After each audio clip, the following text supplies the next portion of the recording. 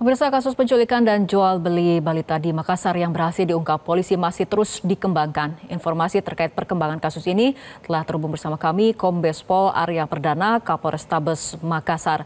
Selamat sore Pak Arya. Sore Pak Putri. Baik, Pak Arya, selain dari 4 orang yang telah ditetapkan sebagai tersangka, apakah ada potensi penetapan tersangka lainnya? Iya, baik.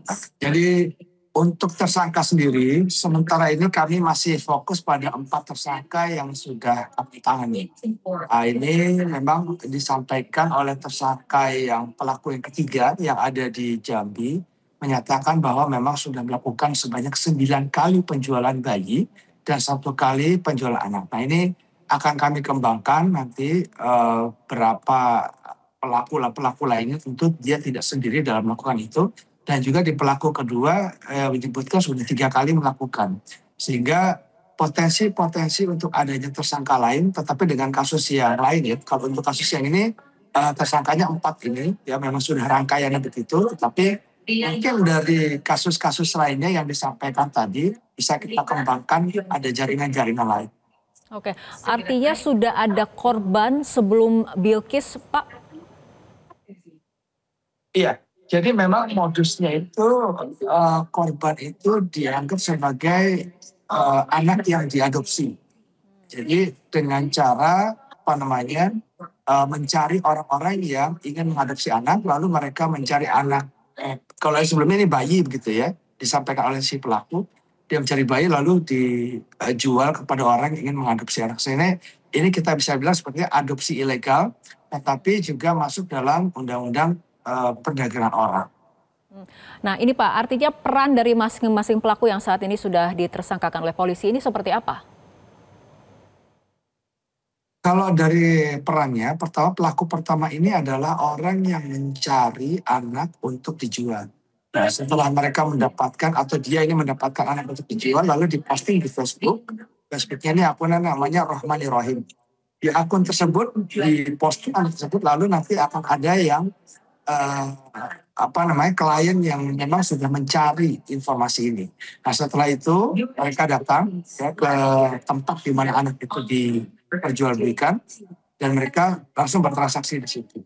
Setelah itu nanti baru dibawa ke tempat orang yang akan membeli lagi anak tersebut.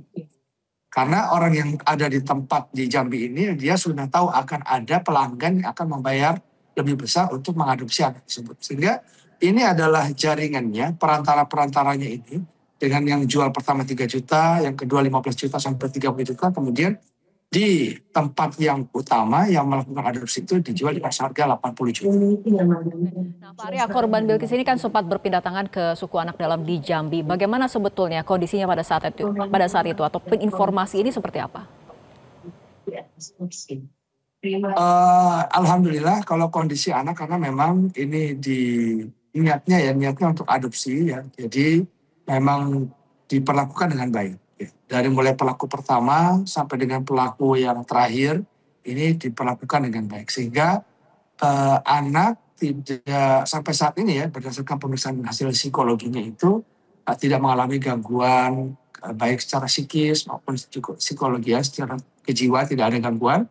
Dan juga yang kami lihat setelah dicek secara kesehatannya kemarin oleh dokter, tidak ada penganiayaan, bahkan tidak diklarasi sama sekali kalau informasinya. Jadi anak ini memang tujuannya dijual untuk diadopsi sehingga mereka benar-benar merawat. Oke, apakah kemudian 4 tersangka ini masuk ke dalam sindikat TPPO lintas provinsi atau bahkan mungkin lintas negara, Pak Arya? Kami masih mendalami untuk yang lintas negaranya ya, tapi kalau untuk lintas provinsi ini sudah pasti. Ya, karena dengan melakukan eksploitasi anak, dengan melakukan penjualan anak kepada pihak lain, ini sudah masuk ke dalam satu jaringan tindak pidana perdagangan orang.